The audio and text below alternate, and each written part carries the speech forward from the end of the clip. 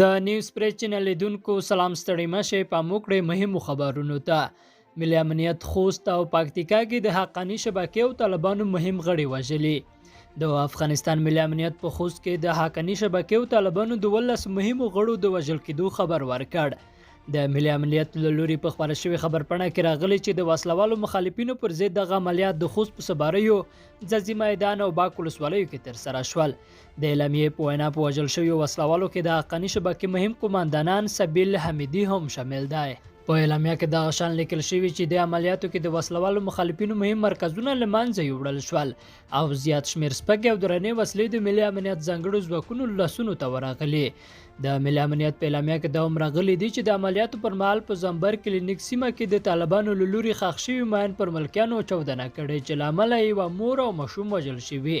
په اعلامیه کې د یادو عملیاتو دقیق وخت نه دی په ډاګه شوی. بلخوا د صنعت او سوداګرۍ افغان وزیر د تاجکستان له یو شمېر وزیرانو سره ولیدل.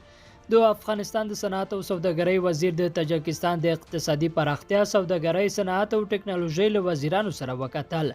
د صنعت او سوداګرۍ وزارت ویان فواد احمدي نن چهارشنبه ازادي راډیو ته ویل چې د صنعت او سوداګرۍ وزیر نصر احمد غوریاني د اسیا زړه استانبول پروسې په کنفرانس کې د ګډون لپاره تاجکستان ته سفر کړی دی.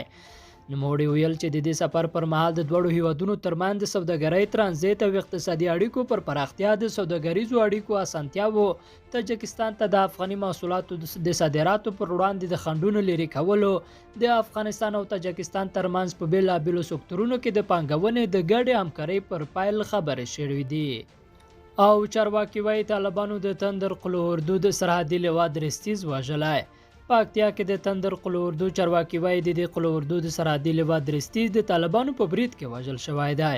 لیدونکو دا د نن ورځې لاندې مهم خبرونه چې مو اورېدل، تر بیا ښې چارې الله مو مل.